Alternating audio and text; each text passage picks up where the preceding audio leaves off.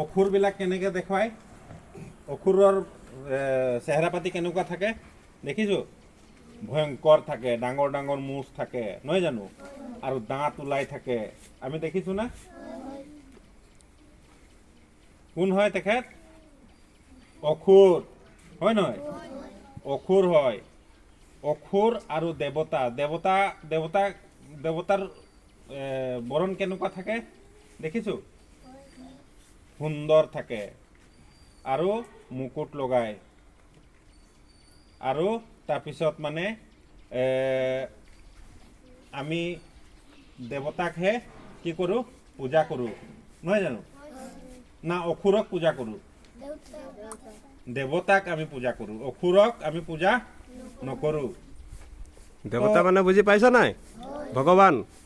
দেৱতা মানে কোন? ভগৱান।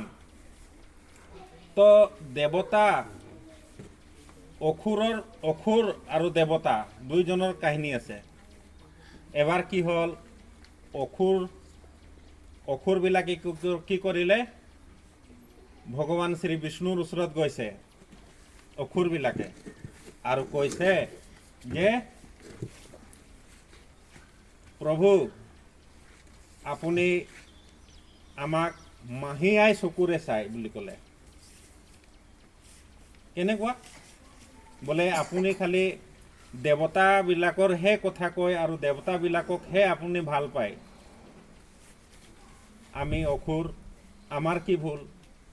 আপুনি আমাক চোৱা চিতা ভালকৈ নকৰে আৰু প্ৰথম যিকোনো কথা হ'লে আপুনি দেৱতাবিলাককহে দিয়ে। যিকোনো কাম হ'লে বা যিকোনো কিবাও হ'লে মানে দেৱতাবিলাককহে আপুনি প্ৰথম প্ৰাধান্য দিয়ে বুলি কৈছে। কোনে ক'লে? অসুৰে ক'লে। তেতিয়া শ্ৰী বিষ্ণুৱে কি ক'লে? ঠিক আছে, তাৰো পৰীক্ষা হ'ব বুলি ক'লে। মোৰ চকুততো চবেই সমান, অসুৰো সমান আৰু দেৱতাসকলো একেই, মোৰে সৃষ্টি। গতিকে দেৱতা আৰু অসুৰৰ মাজত মোৰ মতে কোনো পাৰ্থক্য নাই আৰু দুইজনকেই মই একেই চকুৰে চাওঁ বুলি শ্ৰী বিষ্ণুৱে কৈছে। পিছত ইয়াৰ পৰীক্ষা কৰিম বুলি ক'লে। আপোনালোকে চবেই আহিব। অসুৰক ক'লে যে ঠিক আছে, বিষ্ণু লোকত আপোনালোকক আহিব লাগিব আৰু তাত এসাঁজ ভোজন আছে। দেৱতা আৰু অসুৰৰ ভোজন আছে। ক'ত? বিষ্ণু লোকত। আৰু দেৱতাসকলকো নিমন্ত্ৰণ দিলে আৰু কাক দিলে? অসুৰসকলকো নিমন্ত্ৰণ দিলে। তো ঠিক সেই সময়ত যিদিনা নিমন্ত্ৰণ দিলে সেইদিনা চবেই অসুৰবিলাক একদম খালী পেটত আহিছে, আজি পেট ভৰাই খাম বুলি, আৰু একদম পূৰা মানে পেট হিলাই হিলাই খাম বুলি চিন্তা কৰি আহিছে। কোনে? অসুৰবিলাকে। আৰু এই ডাঙৰ ডাঙৰ মুচ একদম হা হা কৰি কৰি আহিছে, চবে চিঞৰি চিঞৰি আহিছে চবে অসুৰবিলাকে। আৰু দেৱতাবিলাকো আহিলে নিজৰ নিজৰ বাহন লৈ। তেতিয়া চবক সুধিছে প্ৰথমে কোনে খাব? দেৱতাসকলে খাব না অসুৰসকলে খাব বুলি ক'লে। অসুৰবিলাকে আমি খাম আমি খাম আমি খাম বুলি কৈছে। বহুত ভোক লাগি আছে। কোনে কৈছে? অসুৰবিলাকে। আমি কেতিয়াবা শুনো, গালি দিয়াটো শুনিছোঁ, চালা অসুৰ বুলি গালি নিদিয়ে নেকি? অসুৰৰ পেট বুলি কয় যে, মানে বেছি খাই দিলে কি কৰি গালি দিয়ে নহয়, অসুৰৰ পেট পাইছ বুলি কয়। কয় নকয়? তাৰমানে অসুৰবিলাকে বেছি খাব পাৰে, হয় নহয়? সেইটো কাৰণে কয় যে অসুৰ বুলি গালি দিয়ে।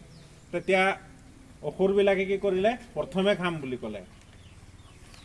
শ্ৰী বিষ্ণুৱে ক'লে ঠিক আছে, অসুৰবিলাকে আপোনালোকে প্ৰথমেই খাব, কিন্তু এটা চৰ্ত আছে বুলি ক'লে। চৰ্ত মানে কি? আমাৰ হাতত,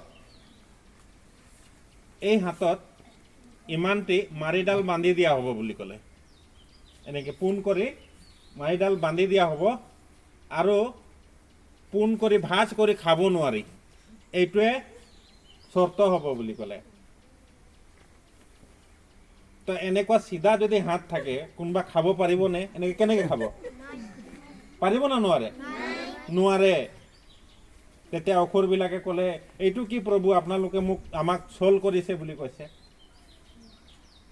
আপুনিতো কপটি হয়ে, হা, আপুনি চলিয়া হয়ে, আমাক আপুনি আকৌ মানে ছল কৰিছে বুলি কৈছে। তো প্ৰভু কৈছে নহয়, নিয়ম সেই একে নিয়ম দেৱতাবিলাকৰো থাকিব। ঠিক আছে, আপোনালোকে প্ৰথমে খাবতো খাওক, কিন্তু এই মাৰিডাল ইয়াত বান্ধা হ'ব, ইয়াত ভাজ কৰি খাব নোৱাৰি, নহয় জানো? তেতিয়া ঠিক আছে ক'লে, চবে খাব বহিছে। এতিয়া কেতিয়া খাওঁ নিচিনা লাগিছে সিহঁতক। আৰু একফালেদি মানে কোনোবা প্ৰথমে ভাত লৈ আহিলে, তাৰপিছত দালি আহিছে, তাৰপিছত ভাজি আহিলে, পনীৰ আহিলে, এনেকৈ কৰি আৰু কিবা কিবি আহিলে আৰু অসুৰবিলাক খোৱা বস্তুটো, অসুৰবিলাকৰ যিমান ভোজন আছে চব লৈ আহিলে বোলে। তো দেখি তেওঁলোকৰতো কেতিয়া খাম হৈছে, তেওঁলোকৰতো খোৱাৰ আগে ভোজন মন্ত্ৰ নকৰে, হা, কৰে জানো? অসুৰ হয়, ক'ত কৰিব? নমস্কাৰো নকৰে। ভাত আৰু দালি এইবিলাক দিয়াৰ লগে লগে তেওঁলোকে ঘপ মাৰিব লৈছে। তো তেতিয়া দেখিছে, আৰে এইটো বান্ধা আছে, খাব পৰা নাই, হা, এই ভাজ নহয়, এনেকুৱা ভাজ নহয়, পোন আছে, হাত পোন আছে। তেতিয়া কি কৰিব মানে? লৈছে আৰু এনেকুৱা কৰি ওপৰত উঠাইছে, ওপৰত উঠাই পিনি এৰি দিছে। চকুত পৰিছে, নাকত পৰিছে, কিন্তু মুখত পৰা নাই, হা। আৰু খাইছে, যেনেকুৱা পাৰিছে তেনেকুৱা খাইছে, কিন্তু মুখত হাত সোমাব পৰা নাই কোনোৱে। কোনে? অসুৰবিলাকে। আৰু তেওঁলোকৰ খোৱা যিমান মানে দালি ভাত যি আছিলে অসুৰবিলাকৰ, চব শেষ হৈ গ'ল। কিন্তু তেওঁলোকে ক'ত পেট ভৰাই খাব?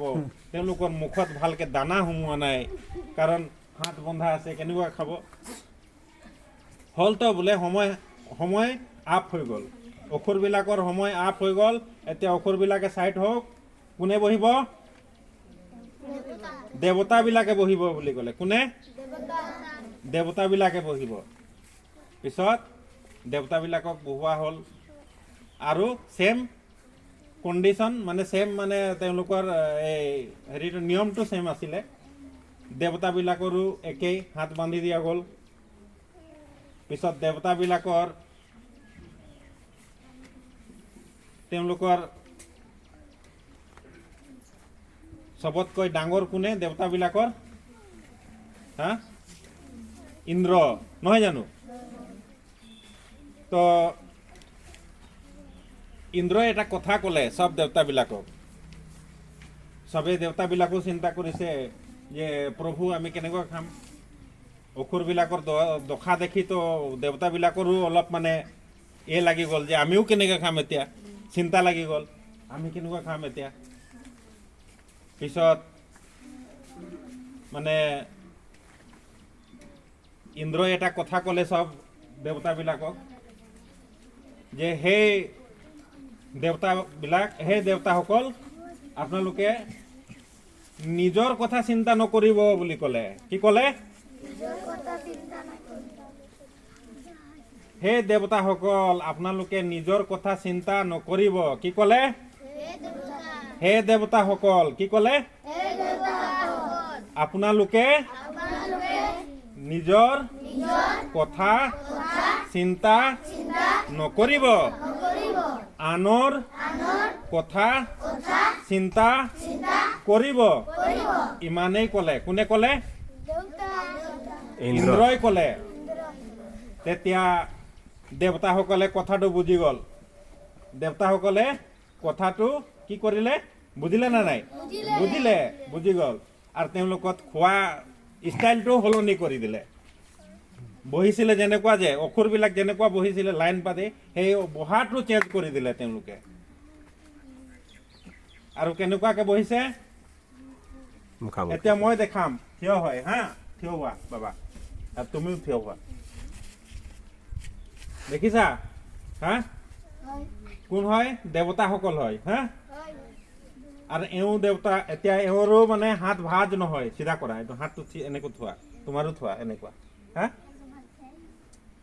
তো কি কৰিলে দেৱতা ইন্দ্ৰই ক'লে যে লোকৰ কথা চিন্তা কৰিবা নিজৰ নহয় বুলি ক'লে তেতিয়া দেৱতাসকলে বুজি গ'ল এতিয়া ভাত লৈছে আৰু এখেতে এওঁক সুধিলে ঐ কি খাবা ভাত না দালি প্ৰথমে ভাত বুলি কৈছে এতিয়া ভাত উঠাইছে আৰু লহ বুলি খুৱাই দিলে হা এওঁ কৈছে তুমি কি খাবা বোলে মোক ৰসগোল্লাটো দিয়া ৰসগোল্লা উঠাই খুৱাই দিলে হা তো দেৱতাবিলাকে আৰামকে খালে সব দেৱতা মানে তেনেকুৱা আনৰ সন্মুখত বহিছে এজন আনজনৰ সন্মুখত বহি ল'লে আৰু দেৱতা আৰু অসুৰে দেৱতাসকলে আৰামকে খাইছে মইতো নিজে খাব নোৱাৰো লোককতো খুৱাব পাৰিম নহয় জানো হা নিজে খাব নোৱাৰি কিন্তু লোককতো খুৱাব পাৰিম সেই কথা অসুৰবিলাকৰ মনত নাহিলে ঠিক আছে না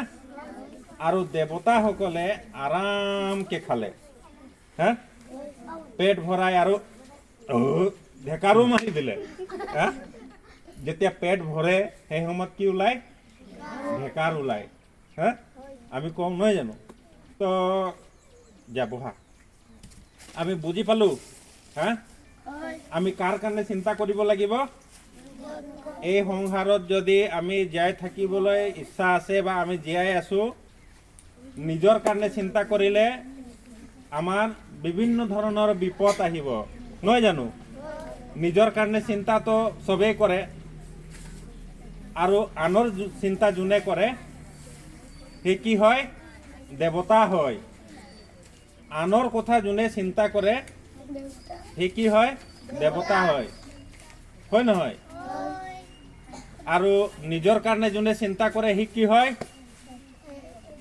অকল নিজৰ কাৰণে চিন্তা কৰে তাক আমি কি কওঁ অসুৰ প্ৰবৃত্তিৰ মানুহ বুলি কওঁ আৰু যোনে লোকৰ কাৰণে চিন্তা কৰে তাক আমি কি কওঁ দেৱতা বুলি কওঁ নহয় জানো তো আমি ইয়াৰ পৰা কি শিকিলোঁ এই কাহিনীৰ পৰা এই সাধু কথাৰ পৰা আমি কি শিকিছোঁ